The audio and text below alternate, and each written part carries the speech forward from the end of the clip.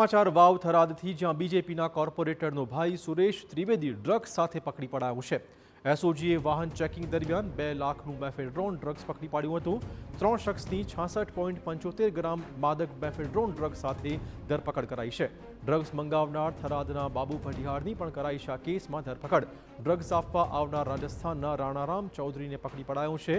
પોલીસે ડ્રગ્સ અને કાર સહિત 7.12 લાખનો મુદ્દામાલ કબજે કર્યો છે।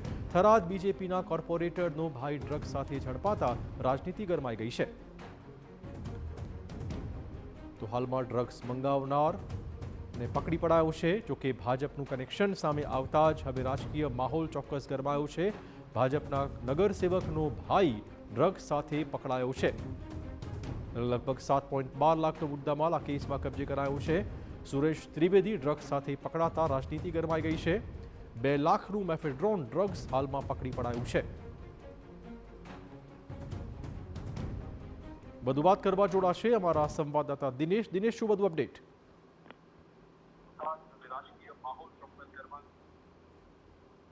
જી દિનેશ।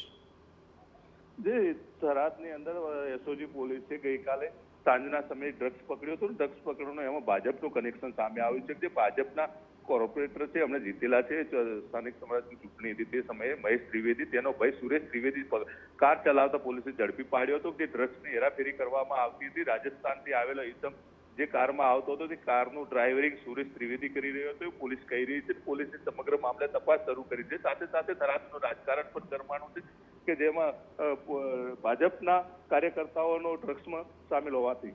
જી ધન્યવાદ દિનેશ।